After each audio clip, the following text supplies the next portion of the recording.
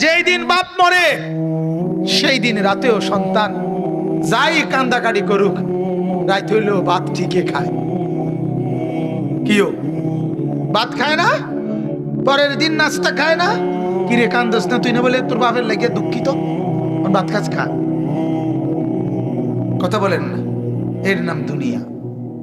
এর নাম কি? ধোকা।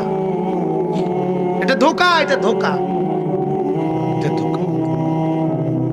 হিসাব কেবল খানার, হিসাব কেবল বাবার ওয়াদা পালন করে নাই, বাবার ওসিয়ত পূরণ করে নাই, বাবার ঋণ আদায় করতে রাজি না, বাবার ওয়ারিসের সম্পত্তি, এই বাবার মৃত্যুর কারণে বোন সম্পত্তি পাবে, এটা দেয় না। এটি সব বাদ দাও, গরু জব করে ভাত খাবো, খানা বাপের লেগে খানা উদ্দা নামে না বাপের খানা, কিন্তু সবার পেটে পেটে খানা, ভাত তরকারি। কেন? কেন এটা আগে হবে? এটা আগে হবে কেন? ওয়ারিসের বন্টন হবে আগে। কোন বাপ মৃত্যুর পরে একটা নুনের বাড়ি, আধা কেজি লবণও যদি রাখা থাকে, বাবা উনি আনছিল বাজারের থেকে, আল্লাহর কসম এই নুন টুকুর উপরে ছেলে মেয়ে যতজন, ওদের প্রত্যেকের ওয়ারিস হিসাবে অধিকার, সবাই ভাগ করে দিতে হবে। বুঝেন এটা মিয়া? বুঝেন তো না, ভাতের থালা বোঝেন। ওয়ারিস শুধু জমির উপরে হয় না, বাবার স্থাবর অস্থাবর সবকিছুর উপরে ওয়ারিস, একটা নুনের বাড়ির উপরে ওয়ারিস। আমরা এটা পালন করি, কথা বলেন না কেন? খানাটা হেতে হেতে বাপে মরছে, এতে ফুলাকা কান্দে, আর মানুষে গিয়ে কয় খানাটা কোন দিন করিবা? আরে বুঝছি তো, কান্দা তো আইয়ে বুঝছি আমারও, কিন্তু ফাঁকি দিয়া কথাটা ভাঙ্গা লইলে ভালো ছিল না।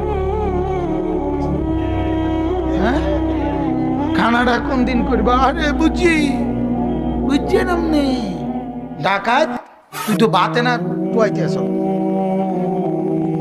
তুই তো মূর্খা না টোয়াস বেটা। 60 দিনের দিন ভাত খাবাই তুইব, 40 দিনের দিন ভাত খাবাই তুইব, কিতা ঘটনা কিতা? বাতের উপরে এত চাপা চাবি বলেন না মিয়া? হ্যাঁ, এটা এটা এটা আজ যে বেঙ্গেল এটা জানাজার মাঠে কইয়া লাও খানাটা কোন দিন করবা। হ্যাঁ, খানার রূপে কোনো ওষুধ নেই, খানাটাই বড় ওষুধ। ওষুধ খাইলে খাইলাম, না খাইলে না, ভাত খাওয়াইলাম। আল্লাহ আমাদেরকে মাফ করে দেন। আমার বাপ, আমরা কবর প্রতিনিয়ত ভুলে যাই। আল্লাহর নবী সাল্লাল্লাহু আলাইহি ওয়াসাল্লাম বলেন, ও উম্মত, তুমি নিজে যে আমলটুকু পাঠাইছো এটাই তোমার বড় পুঁজি, এটা বড় পুঁজি। মত দেখো না কি পাঠাইছো। আমি যাওয়ার আগেই তো আমার কবরের বিছনা, কবরের সামানা পাঠানো উচিত, ঠিক কিনা বলেন? আল্লাহ আমাদেরকে বুঝার তৌফিক দান করুন।